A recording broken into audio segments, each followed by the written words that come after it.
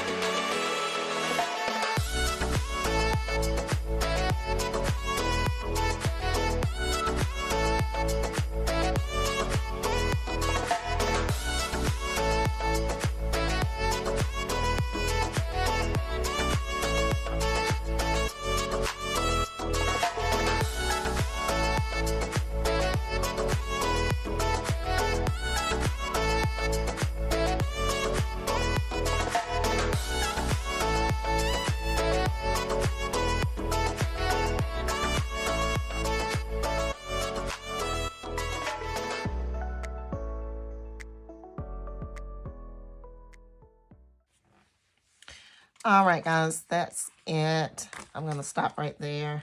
I kind of struggled once I put that sticker down and the white out. I hate when I can see white out through those clear stickers, but the clear stickers are my favorite. I don't know, but I like how it turned out. It's a little busy, a little more than I normally would put in a spread, but we're gonna roll with it anyway. Sometimes I just start adding stickers when I know I have enough already. I just want to keep adding them. But anyway, let's see what it looks like on the disc.